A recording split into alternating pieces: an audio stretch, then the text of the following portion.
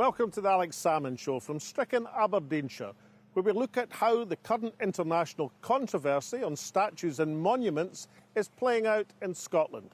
The killing of George Floyd gave new impetus to the Black Lives Matter movement and reignited the argument about statues and monuments from the past, particularly those with an association with racism. In America, the heroes of the Confederacy are toppling like ninepins, both unofficially and officially. In the United Kingdom, the statue of Bristol merchant and slaver Edward Colson ended up in the harbour. In Belgium, the statues of colonialist King Leopold II, which adorn the entire country, have come under attack. In Australia, a statue of British explorer Captain Cook has been defaced. And in Scotland, debate has concentrated on the statue of Viscount Melville, Henry Dundas, which bestrides the new town of Edinburgh. Edinburgh Council have authorised a new inscription for the statue which details Dundas's role in delaying the abolition of slavery. So is this debate a healthy confrontation with the past or an attempt to eradicate history altogether? Today we turn to Professor Sir Tom Devine, Scotland's leading historian, to ask how a nation should confront the seamier sides of its own history. And how have the mainstream media been covering this controversial issue? We asked Professor John Robertson, who casts a sceptical eye over much of the reporting. All of this coming up later in the show. But first to Glasgow and Tasmina, with your tweets, your emails and your messages. Thank you, Alex. Last week's show focused on the impact of COVID-19 on Black, Asian and minority ethnic communities, where we spoke with Dr Manish Talati, who lost his father to coronavirus, House of Lords peer Baroness Manzala Udin and 100-year-old fundraiser Dabaro Chowdhury. Louisa says, I live in Africa and the numbers getting COVID-19 are exceptionally low. We have less than 200 deaths in Kenya. Angela says, how is it any government's fault that some people are more susceptible to COVID-19 than others? John says, it's more than obvious that the UK government have given up on trying to save lives in fighting the virus. Milena says, NHS is a government institution. Don't be so anti, because in the end, not one government knew how to deal with this terrible virus. Maureen says, they never tried to save lives. The only ones saving lives are the NHS. Barry says, first they're berated for locking down, then for locking down too late. Now they're taking too long to ease the lockdown, but people don't want to go back to work or send their kids to school. When will you be satisfied? And in response to the wonderful Dabro Chowdhury's incredible fundraising efforts for victims of COVID at home and abroad, Clem says, what a guy. William says, well done to that gentleman. May Gilchrist says, what a kind heart. Scott Hutton says, every step could have been their last. And finally, Stephen Johnson speaks for us all when he says, well done on raising that cash, sir. Few countries in the world have more of a built heritage of memorials and statues than Scotland. From the castles and redoubts of the rural parts of the country to the civic grandeur of the great cities. More unusually, Scotland also has a number of what we might term people's monuments, built by public subscription. Thus the Wallace Monument in Bridge of Allen from the 19th century, or the Martyrs Memorial in Carlton Cemetery in Edinburgh. More recently, the statue erected to the hero of the governed rent strikes, Mary Barber. So these people's monuments contrast with the more established monuments of which we're more familiar. However, it would be fair to say there are probably more memorials to establishment figures. The Duke of Wellington is famously parked in Royal Exchange Square, usually with a traffic cone on his head. Meanwhile, statues of Queen Victoria are all over the place, while the new town of Edinburgh is a Hanoverian name fest of street names. Most controversial is the imposing statue to Henry Dundas, Viscount Melville, who ran Scotland for Pitt the Younger. It is this statue which has caused most recent controversy because of his role in delaying the abolition of slavery. To examine all of these issues, I turn to Scotland's leading historian, Professor Sir Tom Devine, who joins me from Hamilton. Welcome to the Alex Salmond Show, Professor Devine. Thank you for inviting me. Now, this statue war is raging in America, across the world. Scotland has more than its fair share of statues, monuments, palaces, towers, street names. How's it playing out in Scotland? Well, certainly there's been the same kind of, if you call it, verbal controversy, and also in the media. But so far, we haven't toppled any statues. The only one that has come in for particular criticism is the statue of Henry Dundas in Edinburgh. But maybe it's because the actual plinth which supports the statue is quite high, and the statue itself goes a fair bit into the sky. There hasn't actually been any attempt to take it down so far. What has happened there has been an attempt to revise the plaque at the bottom of the statue to demonstrate his role in delaying the bill to abolish slavery. Yes, I saw the inscription, the new inscription, which has been developed by Edinburgh Council, which pronounces Dundas's role in the delay of the abolition of slavery. It doesn't give much mention to his suppression of radical sentiment in Scotland, where Dundas's role was pretty unambiguous. That is absolutely correct. In my view, in fact, if there is heinous behaviour by Dundas, it's actually in the suppression of radicalism, not on the extension of the bill to abolish slavery. Because if you look at the 1790s, the chances of slavery being abolished in that decade were zero, because Britain was at war with France. And there was no way it was going to destabilise the West Indies, which was, of course, the jewel in the imperial crown in that period. So Dundas was a pragmatist on slavery, but he was certainly not a pragmatist when it came to banishing people to Botany Bay and parts around the world for having such sentiments as getting the right to vote and things like that. Dundas is the representative, if you like. He was known as the King of Scotland because he was William Pitt's manager in Scotland, among a number of other activities. But the threat posed by the radicals to the political establishment in the 1790s in Scotland was regarded as really very considerable.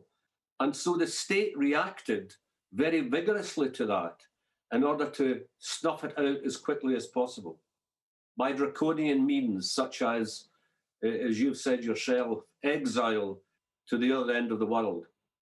And how should Scotland address these conflicts in its history? The radical sentiment within many eras of Scottish society, which we prize now and point to, although there's not many statues to it, there's one or two, but not many. Or are we able to confront our role as part of the empire, as the butlers of the empire, in one famous phrase? Is it a problem that Scotland has in looking at both sides of its story? Well, certainly until fairly recently, I would say perhaps the last 20 years, Scotland has really not faced up to some of the darker, if you like, the darker sides of its past. And one major area there, of course, is empire. Scotland was affected in every nook and cranny of its existence, materially, politically, culturally, socially, in occupational terms and the rest, by empire. It was at least as affected by it as England. The thing about it is, however, that aspect of Scotland's past never had a high profile until the turn of the millennium. My own book of 2001, Scotland's Empire, as I called it, because of the extent to which Scotland was involved in the imperial project, was the first, if not one of the first, to deal directly with the problem. Since then, there's been a lot of more work done, and people are now much more aware of that imperial role that Scotland had. So isn't there a sort of conflict in a way that the statues and the memorials predominantly, because largely they were built by the establishment, tend to commemorate people who were part of that imperial role, whether it's Buchanan Street in Glasgow or Henry Dundas in the monument in Edinburgh, where the actual history hasn't really confronted it, and the teaching and education hasn't confronted it. It's something of an anomaly where the built infrastructure lauds those who were part of that project, but the history has tended to neglect them. Yes, but again, this is changing slowly. Certainly, migration to the empire and even slavery, and its Scottish role in it, is being now taught in Scottish schools. Perhaps not to the extent that I would like to see, but it's certainly beginning there. And there are now books aplenty for any intelligent person to read about it. I mean, what I've been saying in terms of the interviews I've given over the slavery controversy is that we now seem to be starting to move to a situation in Scotland where we are willing to look at our past, warts and all. It's not really developed fully, but it's on its way at the moment, as you can see from some of the correspondence in the newspapers recently and also in social media. But there's also in Scotland a number of what could be called people's monuments, which were done by subscription, usually like the Wallace Monument in Bridge of Allen or the Burns monuments across the country, or the Radicals Memorial in Carlton Cemetery in Edinburgh.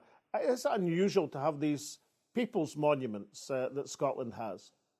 I think you put your finger on a significant point. To my knowledge, this development really from about the 17th, 18th century onwards, and especially to do with people like Robert the Bruce and William Wallace, but then the Scottish martyrs thereafter and some radical politicians of the 19th century.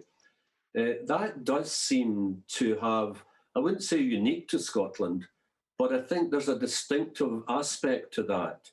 As, for example, the democratic movement developed in 19th century Scotland, leading up, of course, to full suffrage and emancipation in the early part of the 20th century, there seems to have been a desire for, if you like, on the part of ordinary folk to have their own heroes on pedestals. And as that process continued, we saw just in the last few years, the monument to Mary Barber, the hero of the Govan rent strikes of 1915, was erected in Glasgow. Is that another aspect of people trying to rediscover part of their history, which again has been largely neglected in orthodox teaching? Well, there is the fact that these statues we talked about earlier, if you like, the statues of the empire, reflected the views of the elite of the time. These new artifacts which are being put up reflect the nature of ourselves today as a democratic society. And one of the interesting things that's happened in the last 10 to 20 years has been the recognition that women's impact on our society has been grossly underrepresented in our histories until, as I say, recently. So that's why this new tendency to accept the role of women, to praise, if you like, to remember people like Barber, is a very interesting part of our age. And that reflects the fact that, we are moving hopefully rapidly towards more gender equality in society. Join us after the break, where we continue our discussion on the statue wars with Sir Tom Devine. Welcome back.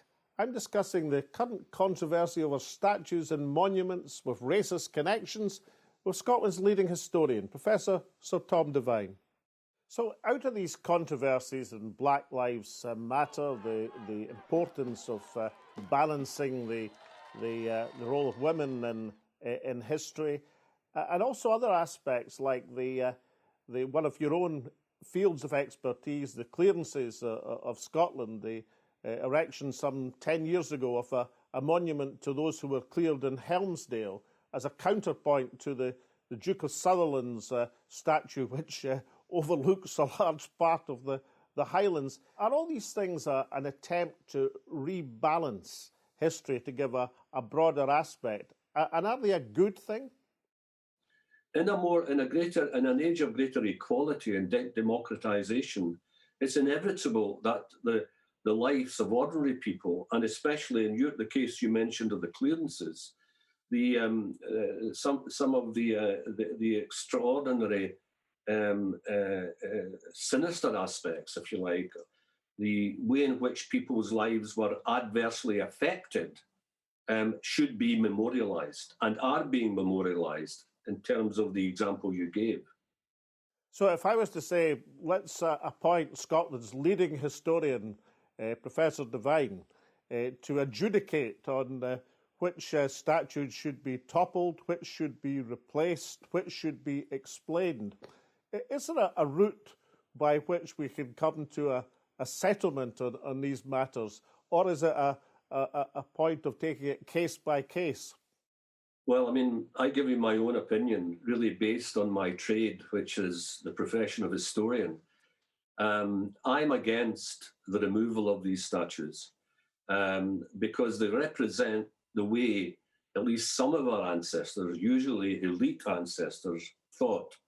I would say that statues, street names, and not least buildings, because in Glasgow in particular, but in other parts of urban Scotland, there are buildings which were erected by people who made a lot of money out of chattel slavery in the Caribbean and in the 13 American colonies before 1776. What I would like to see, of course, is clear indication by either multimedia or by plaques, but plaques well designed to catch people's attention, to explain why Buchanan Street is called Buchanan Street and why there has been a furore over it.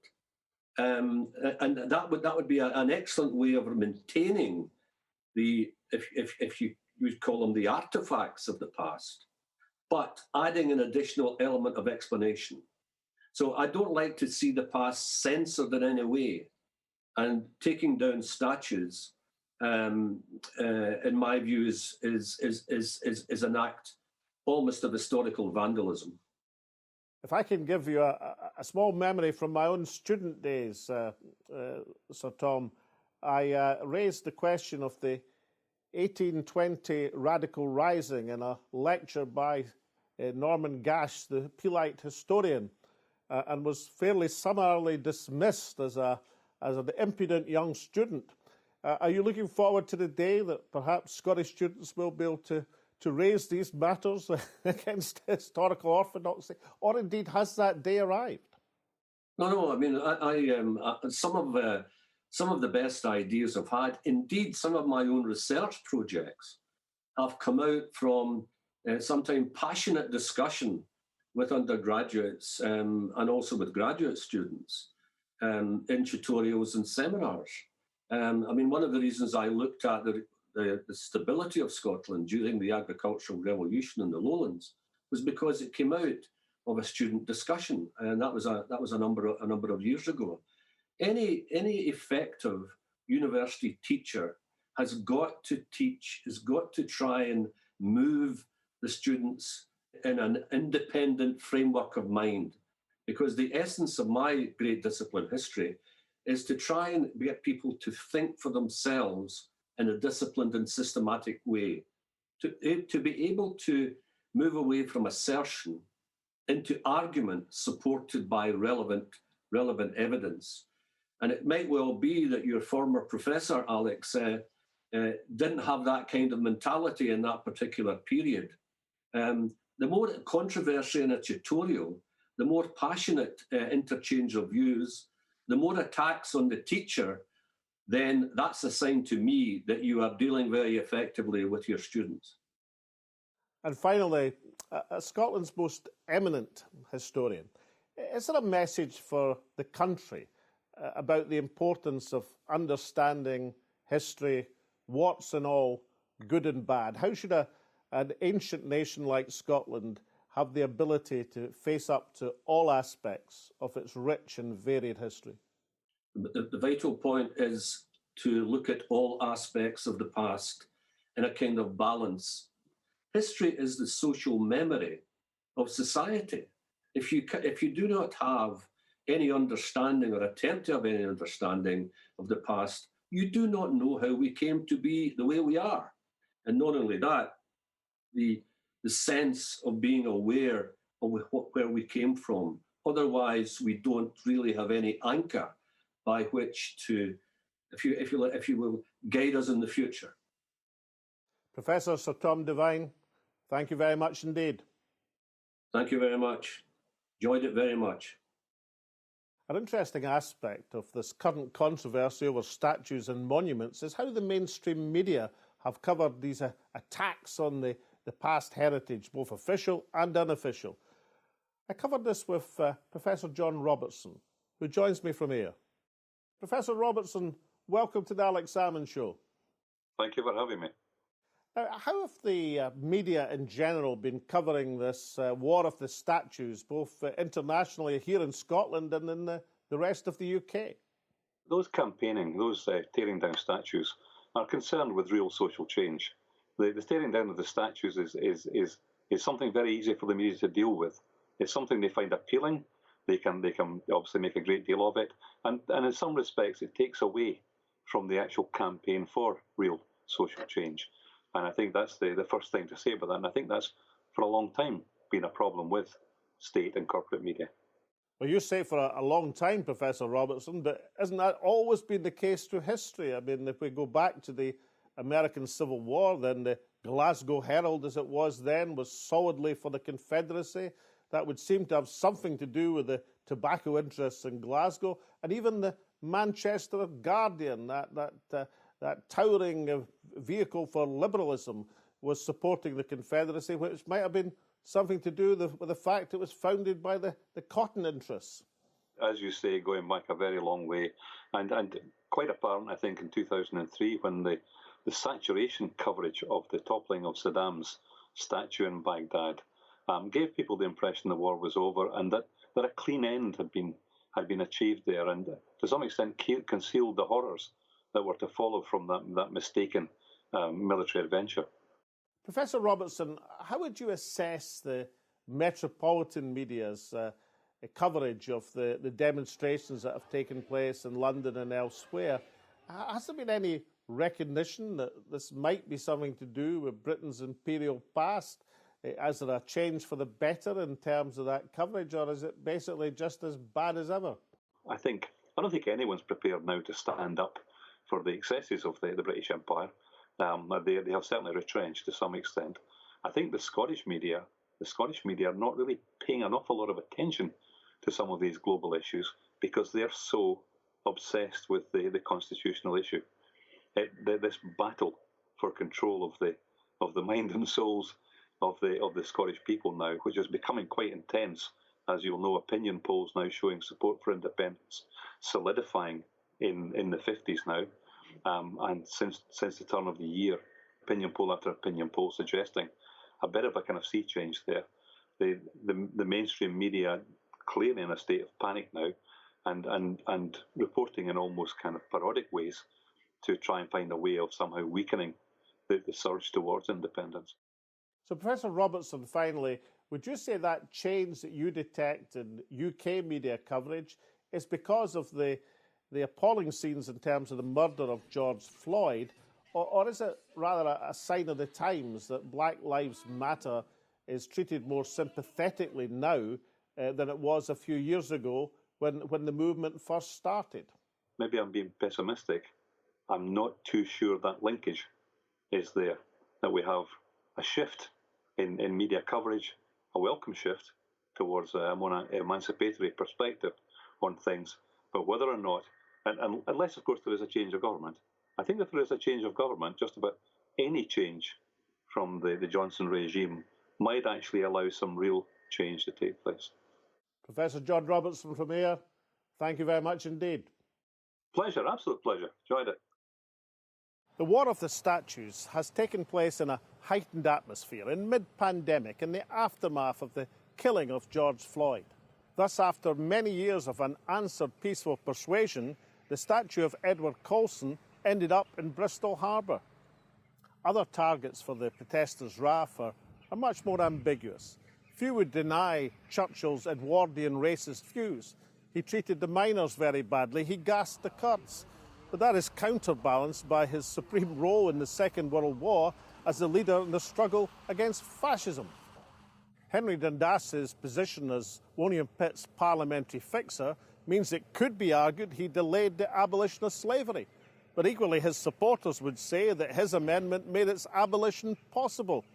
However, his role in the suppression of radical dissent in Scotland has no case for the defence. There is nothing sacrosanct about a nation's built heritage. Every generation has the right, if it so chooses, to change it, to alter it, but it should be done from the basis of knowledge.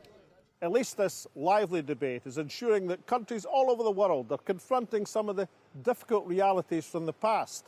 And nowhere is this debate more lively or more difficult than in Scotland, with its twin role as a centre of radical thought and also as an enforcer of the imperial project. And therefore nowhere has education a more vital role. Perhaps the last word in this controversy, and perhaps even a solution, can be found in the Highlands of Scotland. After generations of various conspiracies about perhaps blowing up the Duke of Sutherland's statue, overlording it over Golspie, some descendants of those that Duke cleared from the land combined to build a wonderful monument in the town of Helmsdale, a monument to those who were cleared as opposed to the Duke who did the clearing. That gives a different aspect, perhaps a more enlightened aspect in history, and also perhaps is a solution capable of general application. And so from myself, Tasmina, and all at the show, it's goodbye for now, stay safe, and we'll see you again next week.